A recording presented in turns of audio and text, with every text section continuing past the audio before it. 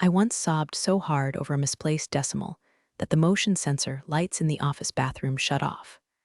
That's how long I sat there, on a toilet, 2:08 a.m., choking on CVS brand tissues and humiliation because my boss forgot to tell me the CFO was expecting a presentation that morning. I'd been combing through quarterly data for hours, and a single slip, an extra zero. It looked like we were laundering cartel money through our travel reimbursements. I fixed it, of course, rebuilt the spreadsheet from scratch, smiled through the meeting. Brent, my boss, patted my back like I was a reliable coffee machine and told the room, yeah, I always say Olivia's got the best eye for detail. What he never said was that I'd been logging 60-hour weeks while battling migraines from the flickering fluorescent light above my cube, that I'd started carrying a bottle of antacids in my bra just to save time. That night, post-cry, post-flickering bulb, I made a promise to myself. I would never again let my job hinge on the fragility of an Excel file named Fina L Final Real Final. Use this one too. XLSX. So I started building something. Quietly. In the shadows of Slack messages and status updates, long after teams had signed off. I didn't ask for permission, because Brent would have said no, or worse, let's form a committee. It started small, a script that pulled numbers from our god-awful legacy system, then an automated trend analysis. Eventually, it morphed into a full-blown reporting system. It sent out PDF dashboards with dynamic visuals, predictive forecasting, even cheeky little footnotes, the kind of thing Brent would call cute before copy-pasting the results into his PowerPoints and presenting them as his innovation. And when leadership ate it up, best quarter-on-quarter visibility we've had in 5 years, Brent just smiled like a proud parent, said something about cross-functional synergy and leveraging in-house expertise. I was the expertise. He was the synergy. But I wasn't mad, not really, because it worked. I could sleep through a Thursday without dreaming in pivot tables. No one said thank you, but no one was asking for late-night reworks either. By the way, if you've made it this far, I gotta ask, would you consider subscribing? I'm trying to hit my first 10,000 followers, and honestly, I'd be more grateful than Brent was when I saved his ass during Q1 projections. Anyway, Brent started getting weird about it. Kept asking me where the source code lived. Is it backed up to the shared drive? He'd ask, sipping his lukewarm Americano like a man who doesn't know the difference between JSON and a soy latte. I'd just smile and say, don't worry, it's secure. Because it was. Secure, licensed, and mine. I didn't build this for revenge. I built it for survival. But survival has funny side effects, doesn't it? Especially when the people around you think you're just the girl who cries in the dark over bad formulas. Brent used to swing by my desk every morning with a dad joke and a fake chuckle, like clockwork. What's the ETA on our magical spreadsheet fairy today? He'd grin, as if that line didn't make me want to shove a dry erase marker in my ear canal. But lately, radio silence. He stopped asking for updates, stopped dropping my name in meetings, just leaned back in his chair like a smug Buddha made of unpaid overtime and hummed phrases like resource optimization and strategic streamlining. At first, I thought maybe he had indigestion or a midlife identity crisis. But then came the buzzwords: realignment, headcount audit, leaner organizational structure. They always drop them like sprinkles on a cupcake, pretty harmless, utterly designed to distract you from the fact that someone's about to get eaten alive. The final cherry? A Monday meeting where Brent gave a slide deck presentation on departmental automation synergy.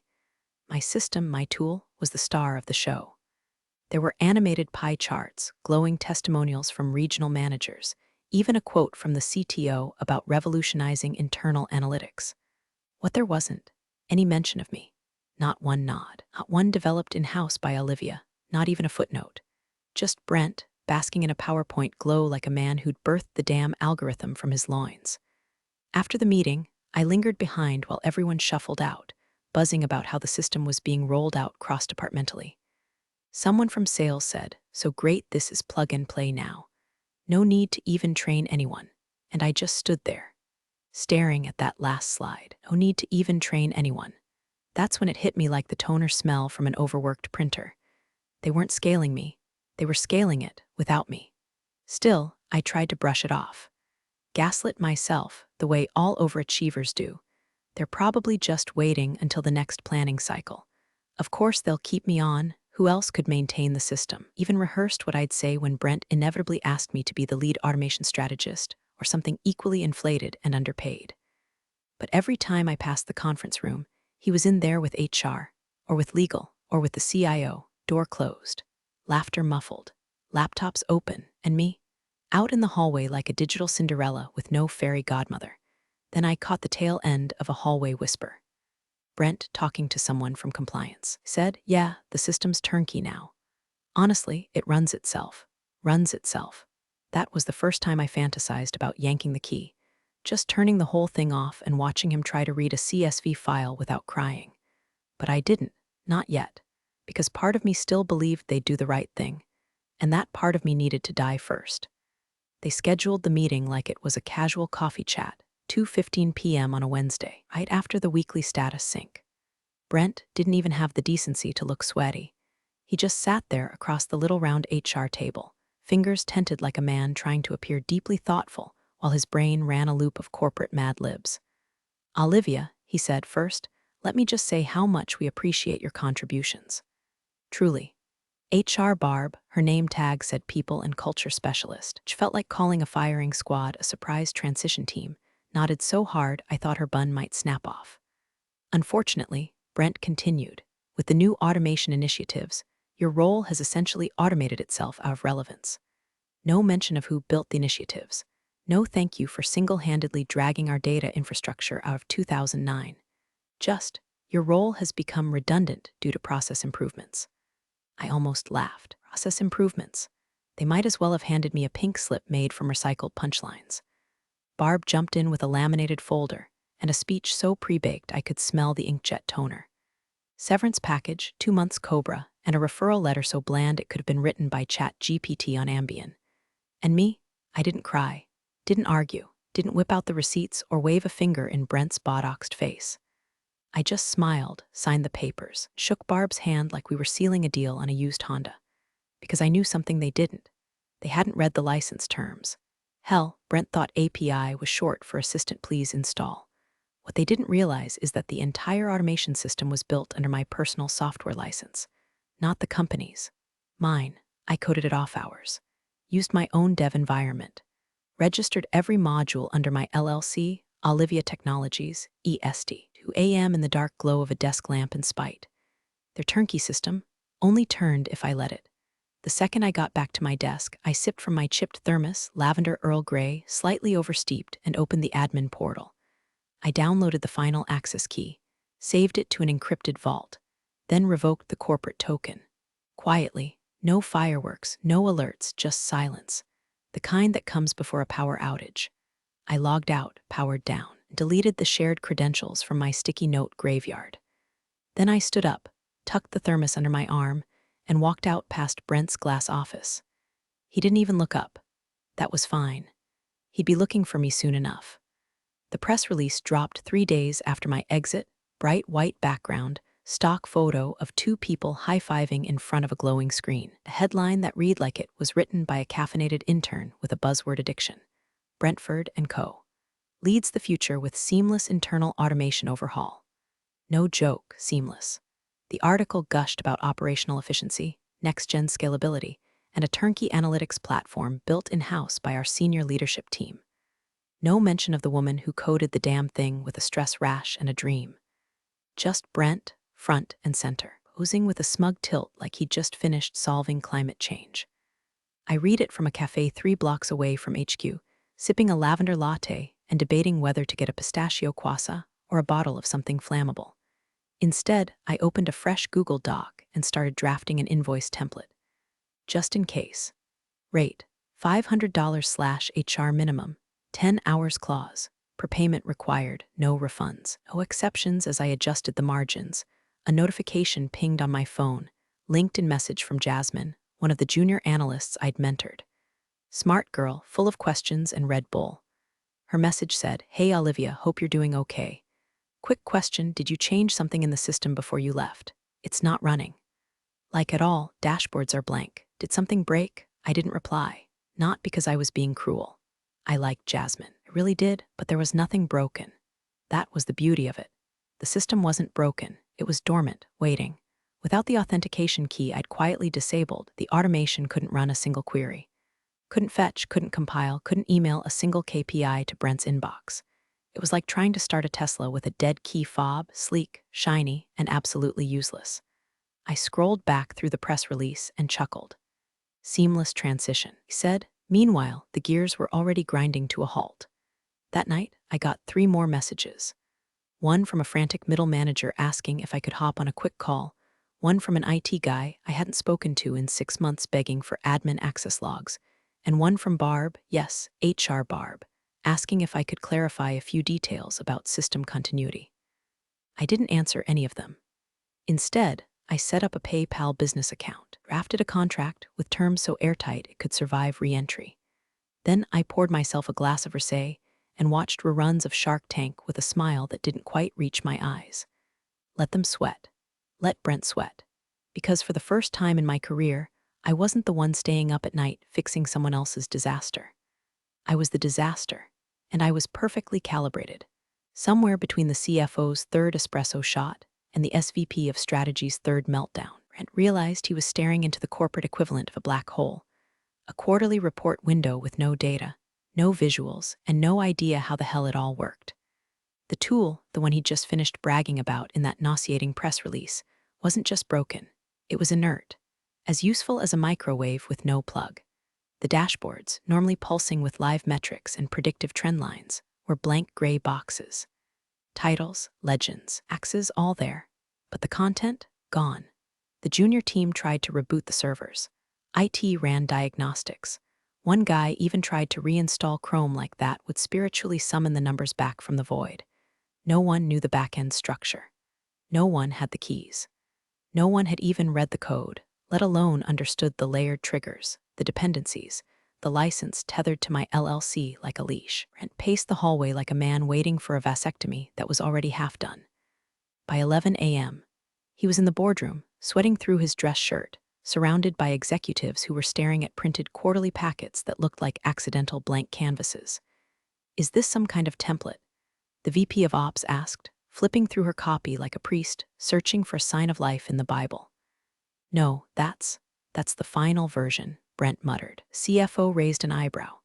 This is the final version? A pause. Then, with venomous calm, didn't Olivia manage this before? Brent choked out a half-laugh. Well, I mean, technically she architected the early phases. But the system is automated now. It's not supposed to need people, the VP cut in. Because right now it looks like it needs a very specific person. Brent's face twitched, then flushed. Meanwhile, 3 miles away, I was rearranging my spice rack while Fleetwood Mac played softly in the background. My email pinged. Subject line, quick help. From Brent at Brentford Globalcom. Hey Olivia. Hope you're well, super quick thing. Any chance you could help us real quick with the reporting platform? Just a tiny issue with dashboard refreshes. Nothing major. Appreciate any time you can spare. I read it twice. The emoji killed me. The felt like a hostage note written in lipstick. I closed the email and went back to alphabetizing. Basil, cayenne, cinnamon. 20 minutes later, another ping. Subject, urgent, please respond from Brent at Brentford Globalcom. Hi again. Apologies for the second message, really hoping we can get a bit of assistance. Report deadline is tomorrow, and we're having trouble accessing some of the key functions. Happy to compensate for your time, of course. Just let us know what you'd need. I took a sip of tea and leaned back in my chair. Watched the cursor blink at the bottom of the screen like a begging dog. He was unraveling, and I had all the thread. I didn't respond for 36 hours, not because I was busy, though I was, but because I knew silence would squeeze Brent's ego like a lemon in a rusted juicer. Day 1, I went to Pilates. Took the slow class, the kind where the instructor whispers affirmations and pretends core strength is a metaphor for emotional boundaries. Then I hit the farmer's market, spent $40 on absurdly small plums, and bought a ridiculous copper tart pan I didn't need. That night I baked a lemon tart from scratch, with browned butter in the crust and just enough sea salt to make you question your childhood. Day 2, reread my original employment contract with a glass of wine and a pencil. Underlined the part that said intellectual property created during company time is subject to review. Then underlined the part right after that, exclusions, Projects developed independently and not using company resources remain property of the creator. And there it was. The crown jewel, the loophole they hadn't bothered to close. Because why would they? They assumed I was just a cog, quiet little analyst who cried over decimals and stayed in her lane. I was never in a lane. I built the highway. So, on the third morning, I opened Brent's latest email, marked urgent, in all caps, complete with a red exclamation point, and hit reply. Brent, I'd be happy to assist. My current consulting rate is $500/HR, with a 10-hour minimum per engagement. All sessions must be prepaid. Please confirm if you'd like to proceed, and I'll send over a formal invoice. Regards, Olivia. No smiley face. No exclamation mark. Just pure frost in a tailored font. It took less than 20 minutes. I picture Brent slumped at his desk, red-faced and breathing through his mouth, forwarding the email to legal. I imagine the legal guy, probably someone named Devin with a shaved head and too many screens, scanning the message, pulling up the contract, realizing she's covered, ironclad. Then the CFO gets looped in, a woman with no time for excuses and even less patience for blank reports. Her response, I'm told, was 2 words, just pay her. The wire hit my account 3 hours later. 10 grand, clean, no negotiations, no friendly discount, no corporate wrangling.